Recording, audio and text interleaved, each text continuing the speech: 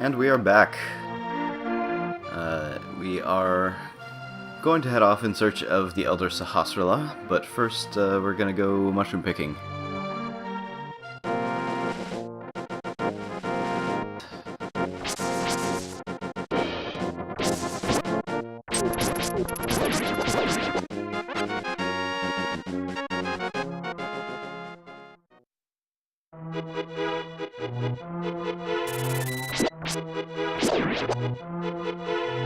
This isn't super important, but since we will be passing by the witch's house on the way over, may as well pick up the mushroom and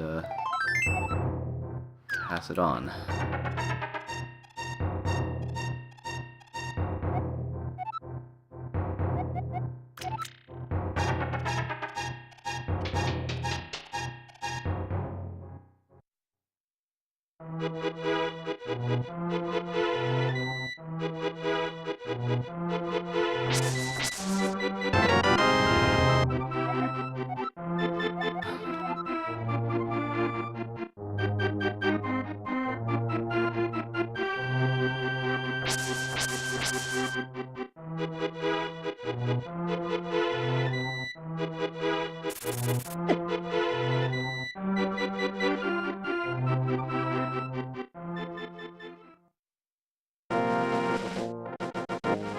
Alright. Let's go find an old man in a cave, because there's nothing weird about that.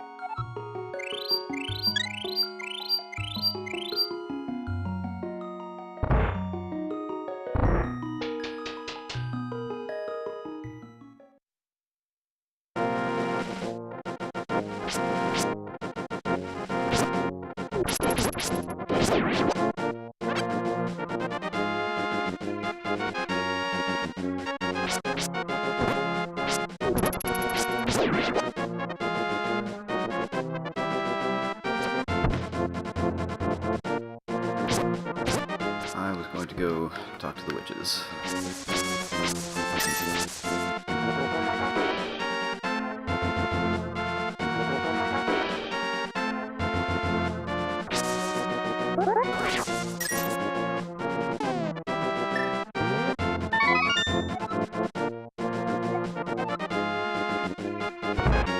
Creepy at all.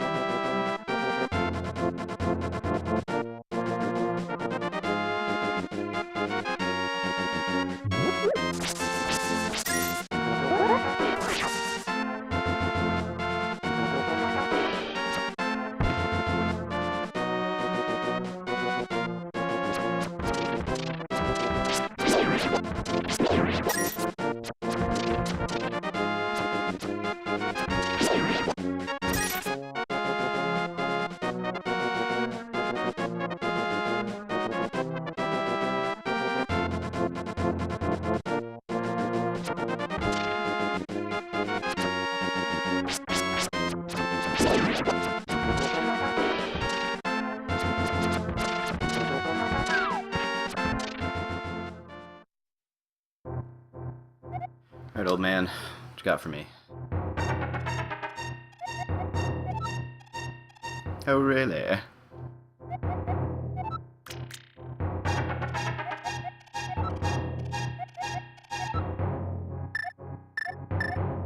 Because this is totally an option. You can't not want to find it.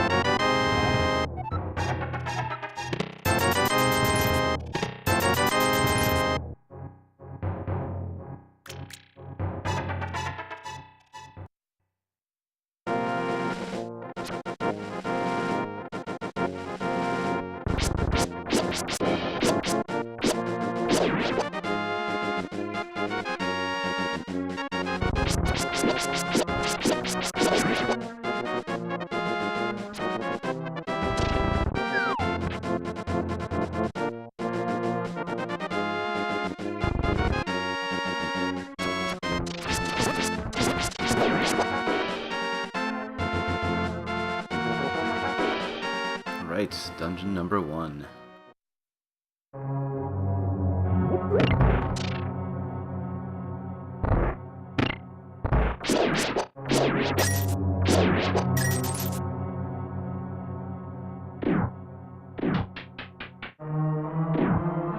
So there's a little bit of game design-y talk there. You may have noticed that they put that floor plate in a place where you would have to kind of try hard to miss, just so that they can introduce to you the idea of floor plates and what they do, without making it a frustrating experience. So now you know what they look like, and you will be on the lookout for such things as you make your way around.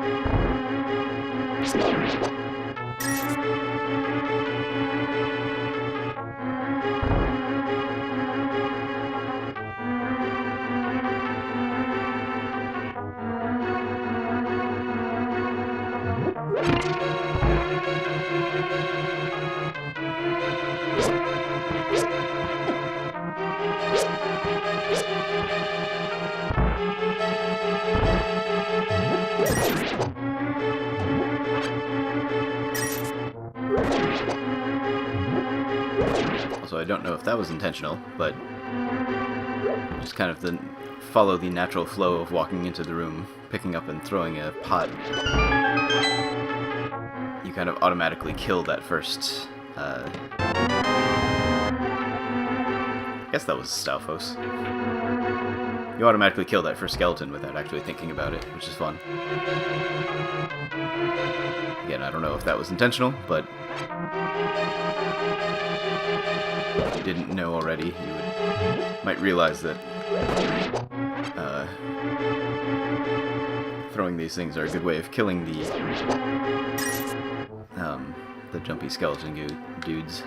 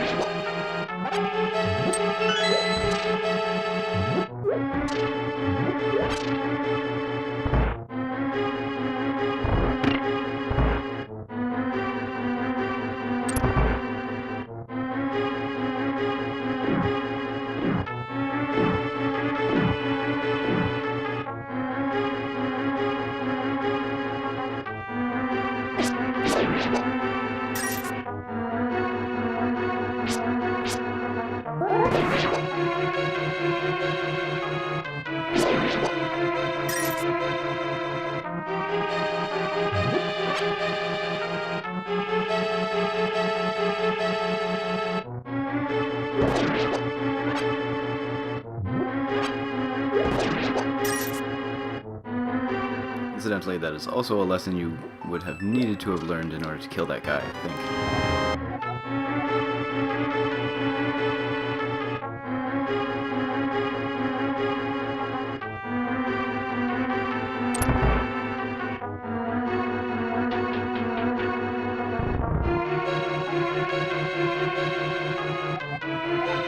plate.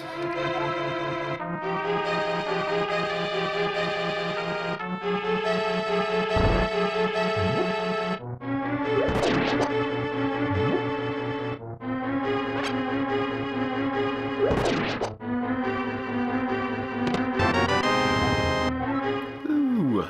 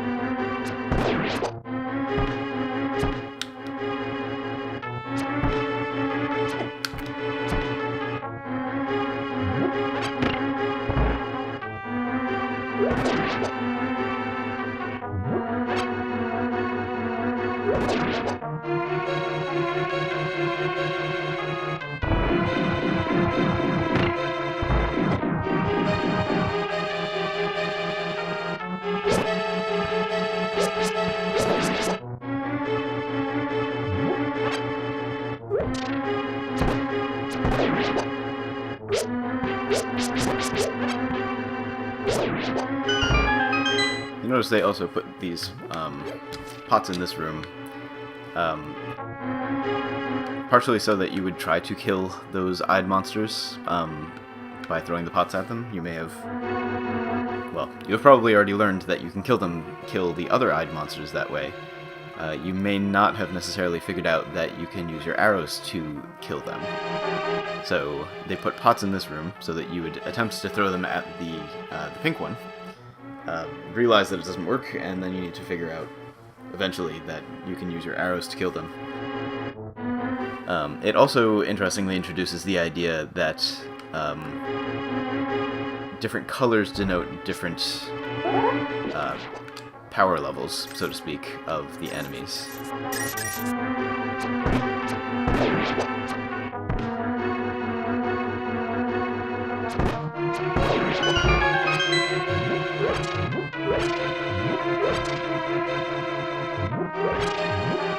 This game actually has what I would call decent, given maybe a slightly limited color palette, is they're very good color signaling. So enemies have a kind of color gradient of difficulty from green to blue to red, with green being the easiest and red being the strongest. And that color coordination is actually mimicked by the rupees, where green is the lowest amount, blue is middle, and red is highest.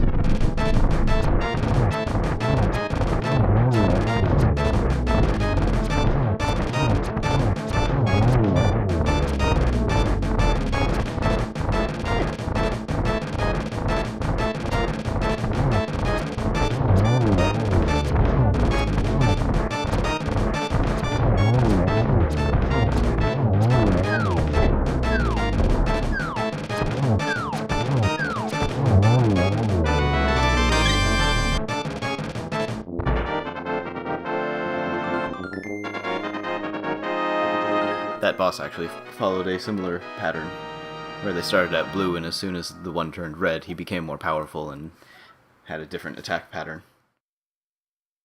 So it's not something that they explicitly call out, but it's an interesting little signaling system that they teach you in very arguably subtle ways.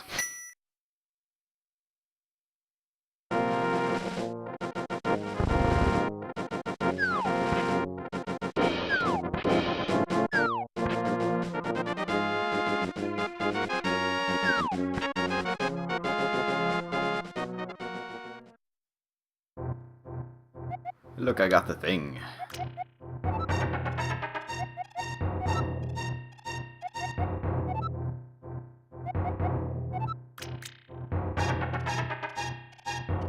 That was like thousands of years. You'd think we would have repopulated a little.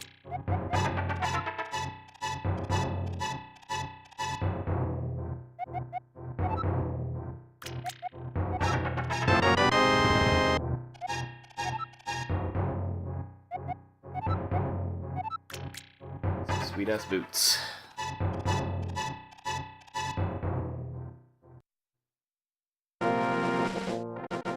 Alright, so that is the first dungeon complete. We've got the bow and the boots, and I think that's a good enough place to stop.